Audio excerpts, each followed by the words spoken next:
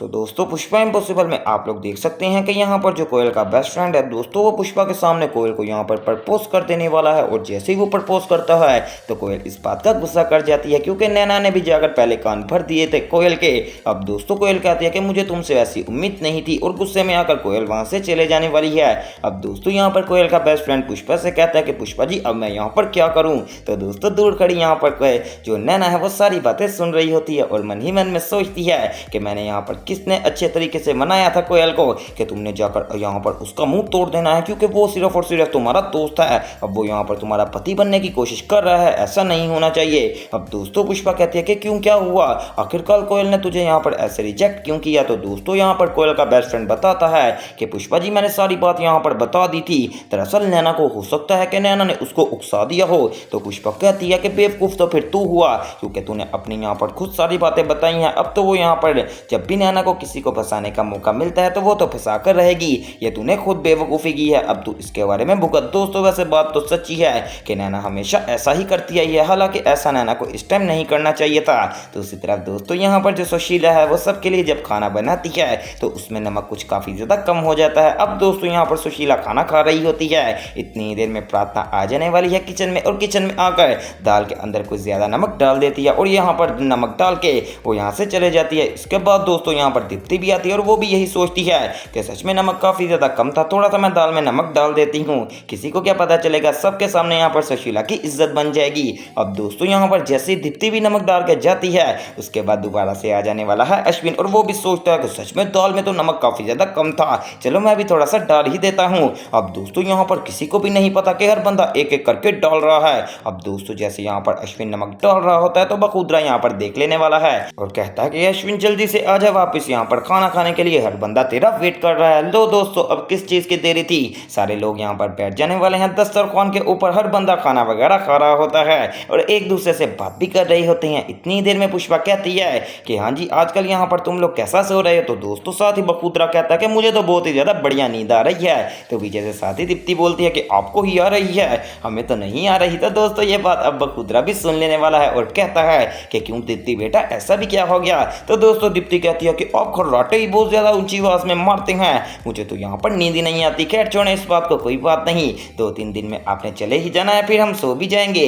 अब दोस्तों यहाँ पर पुष्पा सबको खाना देकर डालने वाली है और कहती है कि चुप करके खाना खाओ। अब दोस्तों जैसे ही बखूदरा यहाँ पर वो दाल खाता है तो वो जल्दी से यहाँ पर अपनी सारी पाइट बाहर निकाल कर रख देने वाला है और कहता है कि ये क्या हो गया, इसमें लगता नमक काफ़ी ज़्यादा तेज़ है। अब दोस्तों यहाँ पर अश्विन भी खाता है, हालांकि अश्विन को तो सिर्फ और सिर्फ यही पता है ना कि उस बेचारे ने अकेले ने नमक डाला है, लेकिन उसको क्या पता हो कि पूरी पलटून ने ही नमक डाल दिया था और अश्विन भी उनमें से एक था। अश्विन भी खाना खाकर कहता है कि ये तो नमक काफ़ी ज़्यादा हो गया है। अब दोस्तों यहाँ पर जो चिराग है वो भी कहता है कि ये इसमें क्या हो गया, आखिर ये किसने इतना ज़्यादा नमक डाल दिया। अब दोस्तों पुष्पा यहाँ पर सबको देखकर काफ़ी ज़्यादा शॉक्ड हो जाती है। अब जब यहाँ पर हर बंदा कह रहा होता है इतनी देर में दीप्ति कैसे पीछे रहे, दीप्ति भी कहती है कि ये नमक इतना ज़्यादा हो गया और साथ ही यहाँ पर प्रार्थना भी। अब दोस्तों पुष्पा कहती है कि सुशीला क्या तूने नमक इतना ज़्यादा डाल दिया था। तो दोस्तों सुशीला कहती है कि नहीं पुष्पा जी मैंने तो ऐसा कुछ भी नहीं किया था, पता नहीं ये नमक कितने इतना ढेर डाल दिया है, मैं तो यहाँ पर नमक बहुत ही ज़्यादा कम डालती हूँ। अब दोस्तों बखूदरा कहता है कि सुशीला झूठ मत बोल,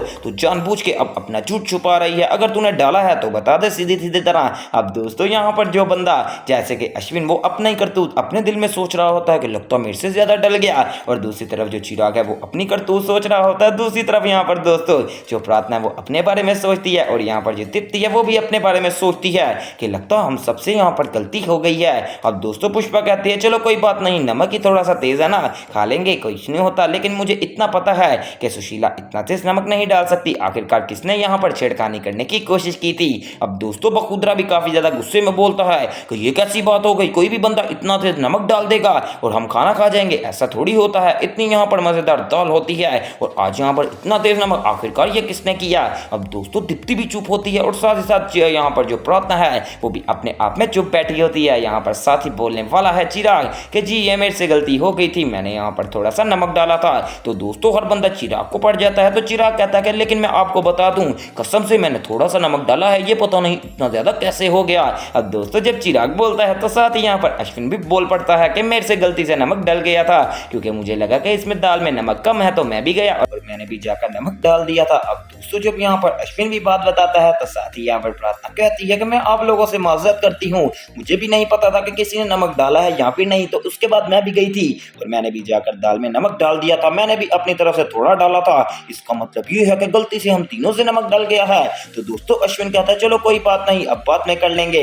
अब दोस्तों साथ ही दीप्ति थोड़ा सा मुंह छुपा रही होती है और यहाँ पर हर बंदा दीप्ति को देखता है कि आखिर दीप्ति को क्या हो गया। तो दीप्ति कहती है कि मैं सबसे माफी मांगती हूँ कि गलती से मैंने भी नमक डाल दिया था।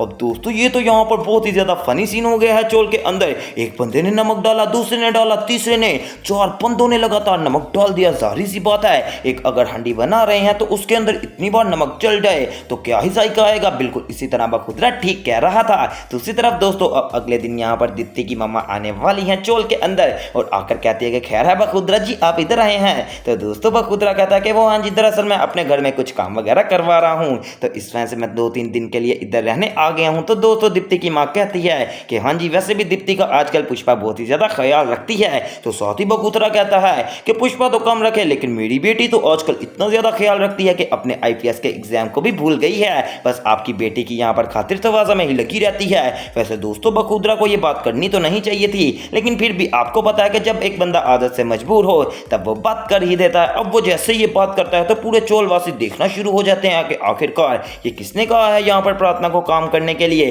तो दोस्तों बखुदरा कहता है सीधी सी बात है भाई, मैं अपनी बेटी को ले जाऊंगा तकरीबन तब तक जब तक ये IPS के एग्जाम नहीं देगी। अब जब मेरा घर ठीक हो जाएगा ना एक दिन के अंदर, दीप्ति मेरे साथ मेरे घर जाएगी। वैसे अगर चिराग तूने कभी मिलना हो तो आ जाया कर मेरे घर मिलने, और इसलिए मैं यहाँ पर अब प्रार्थना को दोबारा से नहीं भेजूंगा यहाँ पर तुम लोगों के घर में। वैसे दोस्तों ये यहाँ पर बखुदरा ने बहुत ही ज्यादा गलत बात की है, हालांकि इसको ऐसा कहना नहीं चाहिए था क्योंकि जाहिर सी बात है प्रार्थना की तो शादी हो गई है और उसको अपने घर में रहना चाहिए। लेकिन आपको पता है कि जब यहाँ पर लड़की के माँ बाप पीछे से भी यहाँ पर उसके ऊपर नजर रखें तब हमेशा रिश्ते गलत तरफ जाते हैं। बिल्कुल इसी तरह बखुदरा इस टाइम ऐसा कर रहा है। हालांकि बखुदरा को समझाने वाला एक आधा बंदा जरूर होना चाहिए कि उसे ऐसा नहीं करना चाहिए। अब दोस्तों जब तक बखुदरा पूरे चोल के अंदर रह रहा है तब यहाँ पर हर बंदे को काफी ज्यादा मुश्किलात का सामना करना पड़ रहा है। कभी जुगल को नीचे सोना पड़ता है, कभी एक दूसरे से झगड़ते हैं कि उधर होकर सो मुझे हवा नहीं आ रही, कभी तीसरा बंदा कहता है कि यहाँ पर लाइट जा रही है, कभी पानी नहीं आ रहा। लो दोस्तों ये सारे मसले दोबारा से आ गए हैं चोल के अंदर। वैसे आपको एक बात बताऊं, मुझे सच में ये सब देखकर काफी ज्यादा अच्छा फील होता है